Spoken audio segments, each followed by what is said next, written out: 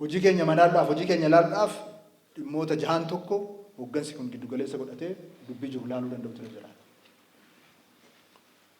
Tokkoffaaf inni duraa inisheetivoonni keenya hagam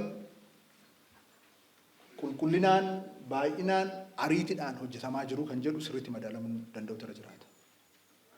Lammataa kan xiyyeeffannoo guddaa kennamee hoggansi kun irratti mari'achuun irra jiraatu maaliif rakkoolee naannoo keenya keessa jiran hiikuu kan dadhabneef rakkoo tajaajilaa, rakkoo hannaa,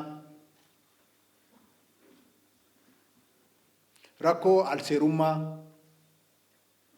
iddoo tokko tokkotti rakkoo nageenya, hojii nageenyatiin of danda'uu dhabuu, kan sadaffaa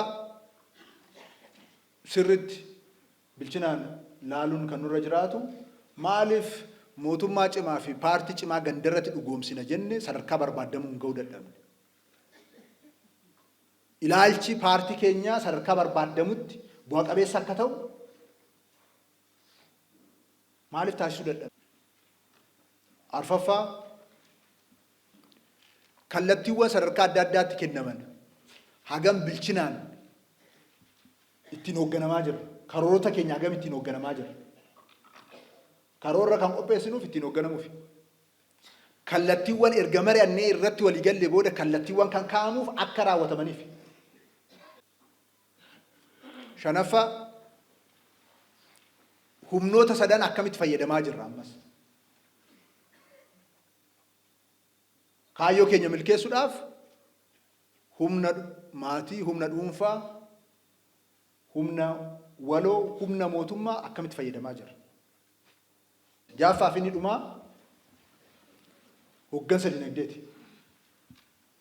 Gahee gaaffii gaggeessummaati. Gaggeessaan kun maalirra kan jiru? Dinagdeen nuuf galeeti kan hoogganaa jiru. Hojii waliigalaa dhimmoota sila kaafneen maalirra akka jiru sirriitti tokko tokkoon kaasee iftoominaan irratti mari'achuutu irra jiraata. Kana irratti mari'atee jennaan immoo rakkinicha hubannee jennaan rakkinicha sadarkaa isaatiin hubannee jennaan rakkinicha hiikuudhaaf hiree bal'aa hin qabaannaa sadarkaa barbaadamuutis bu'a qabeessa ta'uu hin dandeenya.